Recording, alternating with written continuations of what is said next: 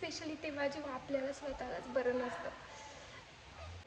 मी स्वतः दोन मुलांची आई आहे, तरीसुद्धा जेव्हा केव्हा मी आजारी असते किंवा काही प्रॉब्लेममध्ये असते तर मला स्वतः असं वाटतं की माझी आई माझ्याजवळ असावी.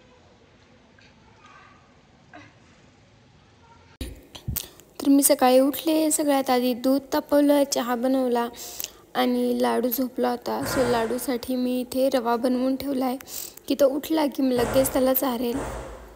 आणि आज आहे श्रावणातला पहिला सोमवार, सो मी इथे साबुदाणेसुद्धा भिजायला ठेवलेत. हाय, हॅलो, नमस्ते. मी सिद्धी स्वागत करते तुमचं माझ्या एका नवीन व्लॉगमध्ये. माझ्या मागे हा पसारा तुम्ही बघू शकता. तर काल अचानकच शिवची तब्येत खूप खराब झाली. म्हणजे त्याला दुपारी ताप आला होता आणि मी त्याला सिरपसुद्धा दिलं होतं आणि त्याचा ताप लगेच गेला. पण अचानक 8-8:30ला त्याला खूप थंडी वाजायला लागली. डॉक्टर 9:30ला येणार होते. मग माझा स्वयंपाक झाला होता आणि मी भांडी घासायलाच घेतली तर तेवढ्यात मग तो रडायला लागला, म्हणायला लागला की मला मम्माकडे जायचं आहे. सो मग मी त्याला घेतलं आणि हा सगळा पसारा असाच राहिला. 9 वाजता आम्ही घरातून निघालो. आम्हाला 20-25 मिनटं लागतात दवाखान्यात जायला. सो 9 वाजता आम्ही घरातून निघालो. लाडूसाठी मुगाचा भात बनवला, डब्यामध्ये घेतला आणि आम्ही सगळेच गेलो. कारण की मग लाडू मागे राहतोय नाही राहतो, कारण की किती वेळ लागतो किती नाही माहीत नव्हतं. मग आम्ही सगळेच गेलो होतो आणि परत घरी यायला 11:30 वाजले होते. आणि मम्मींचा आणि विनायकचा आज उपवास आहे. आज आहे सोमवार, आज आहे श्रावणातला पहिला सोमवार. सो मग सगळ्यात पहिलं त्यांना मी जेवण करायला दिलं आणि मग त्यांनी जेवण केल्यानंतर मग मी जेवण केलं, कारण की त्यांचा उपवास होता. बाबू ओके का आता? इकडे बघ, इकडे बघ. ओके आता? छान वाटतं? इथे दुखतं? खोकी येते ना म्हणून दुखतं. उठल्यापासून आता शिव खूप फ्रेश फील करतोय. त्याला खूप बऱ्यापैकी बरं वाटतंय. आत्ता 9 वाजलेले आहेत आणि एवढ्या वेळामध्ये ना शिवचा टिफिन, शिवचं सगळं रेडी असतं स्कूलचं. म्हणजे त्याची गाडी 9:30ला येते पण तो 9 वाजताच रेडी असतो. पण आज इतका पसारा पडला आहे ना. आणि मलासुद्धा खूप थंडी वाजून येते आहे, कणकण आली आहे. वातावरणच इतकं बिघडलं आहे ना की मध्येच पाऊस येतो आहे, मध्येच ऊन येते, मध्येच खूप हवा सुटते आहे. लाडू झोपलाय, लाडूला मी झोपवलं आणि आता शिव आंघोळीला गेला आहे.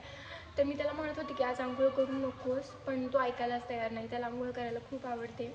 सो आता एवढा सगळा पसारा मला आवरायचा आहे. आणि स्वयंपाकाला आज फार काही नाही, फक्त खिचडी करायची आहे, कारण की विनायक आणि मम्मी दोघांचा उपवास आहे आणि शिवसुद्धा खिचडीच खाईल. सो खूप थंडी वाजून आली, खूप कणकण येते म्हणून पटकन स्वेटर घातलं आणि आता हे सगळं आवरते आणि त्यानंतर मग मी जाऊन एखादं इंजेक्शन घेईल किंवा मग मी टॅबलेट खाईल. पण कुठल्याही वयाचं असो, आपलं लग्न झालेलं असो, आपल्यालासुद्धा लहान मुलं असली ना तरीसुद्धा आपल्यालाही आपल्या आईची गरज पडते आणि स्पेशली तेव्हा जेव्हा आपल्याला स्वतःलाच बरं नसतं. जेव्हा आपल्याला स्वतःलाच बरं नसतं. मी स्वतः दोन मुलांची आई आहे, तरीसुद्धा जेव्हा केव्हा मी आजारी असते किंवा काही प्रॉब्लेममध्ये असते तर मला स्वतः असं वाटतं की माझी आई माझ्याजवळ असावी.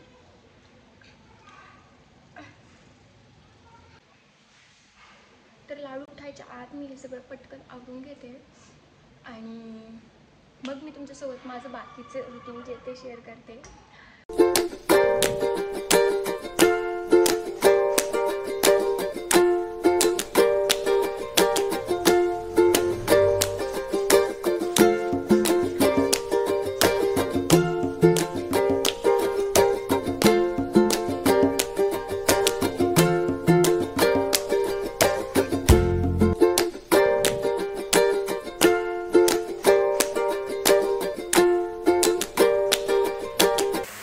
शिवच्या स्कूलमध्ये आज ग्रीन डे होता, सो त्यासाठीच मी इथे इडलीचं बॅटर बनवून ठेवलं होतं की मी त्याला आज ग्रीन कलरची इडली टिफिनमध्ये देईल.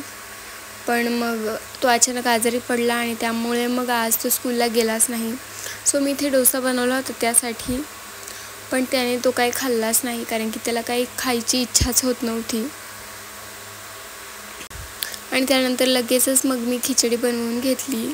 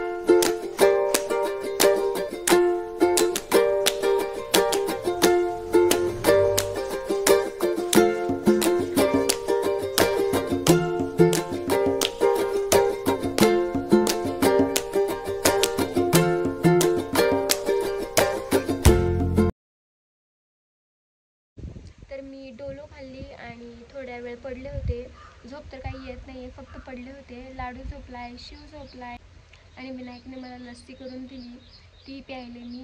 आणि आता मला बऱ्यापैकी बरं वाटतंय. तर हे दोघे झोपलेले आहेत, तोपर्यंत आपलं निवांत बसून घ्यायचं. आणि ते एकदा उठले की मग त्यांचा धिंगाणा चालू होतो. सो विनायकचं काम होतं, पण मी त्याला सकाळी म्हटलं की प्लीज तू आज जाऊ नकोस कुठेही. पण आत्ता मला ना बरं वाटते. सो मग मी त्याला आत्ता म्हटले की तुला जायचं असेल तर तू जा.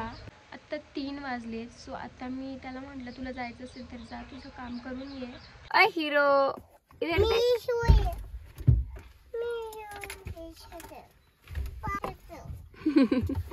मी हिरो दिसतो.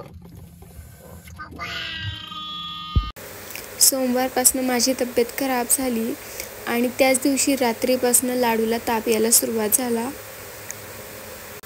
सो त्यानंतर मग लाडू खाली थांबेच ना, कंटिन्यूस मला त्याला असंच घेऊन थांबावं लागत होतं. आणि मी त्याला सिरप दिलं तापाचं आणि त्याला 1-2 दिवसात बरंसुद्धा वाटलं. पण त्यानंतर पुन्हा तो आजारी पडला. नाही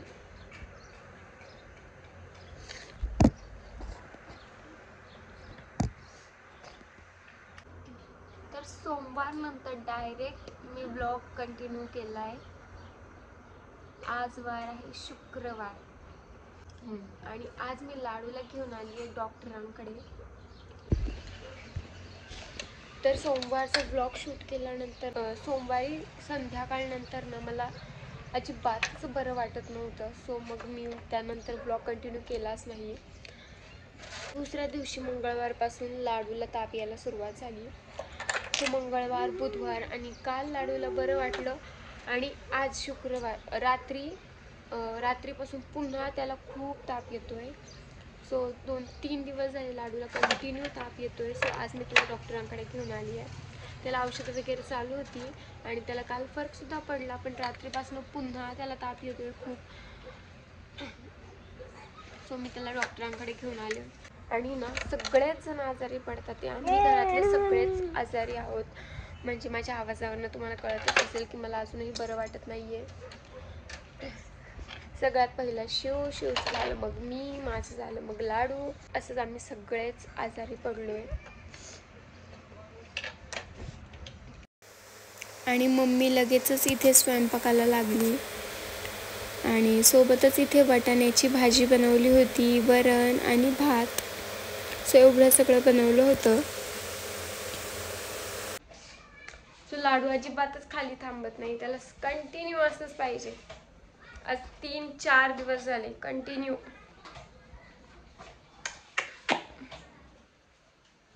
आणि माझी मम्मी कामावरून सुट्टी घेऊन घरी आली आहे की म्हणते आता आली आहे तर तू जेवण करूनच जा, कारण की ना लाडू काही सुद्धा काम करू देत नाही आहे घरी. मला ना स्वयंपाक करू देतो ना काहीच. सो आली आहे तर मग जेवण करूनच जा, नाही तर मग घरी गेल्यावर कधी करणार असं म्हटली. म्हणून मग मी थांबली आहे. आता मी जेवण करूनच घरी जाणार. मम्मा लाडू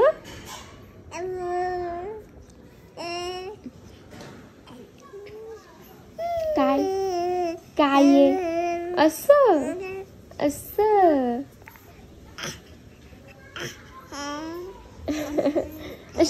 घेऊन बसल्यावर मग काहीच दुखत नाही. मग काहीच नाही दुखत, मग रडू येत नाही. हा तुला रडू येत नाही. खाली ठेवल्यावर लगेच रडू येतं, लगेच दुखतं. असं घेऊन बसल्यावर काहीच दुखत नाही, रडू येत नाही. सो येताना मी ना पॉपकॉर्न घेऊन आले होते. माझ्या शिवला पॉपकॉर्न खूप आवडतात. सो त्याच्यासाठी मी पॉपकॉर्न घेऊन आले होते. शिव झोपलाय, तो उठला ना आणि त्याने पाहिले ना पॉपकॉर्न आणले तर तो खूप खुश होईल.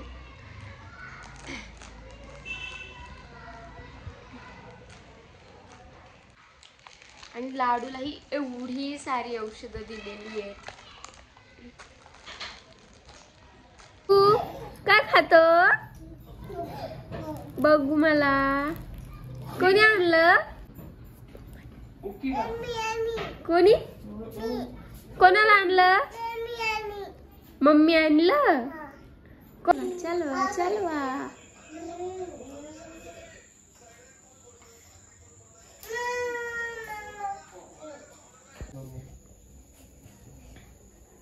तिकडे बघ बाप्पा कर मग कर काय करायचं.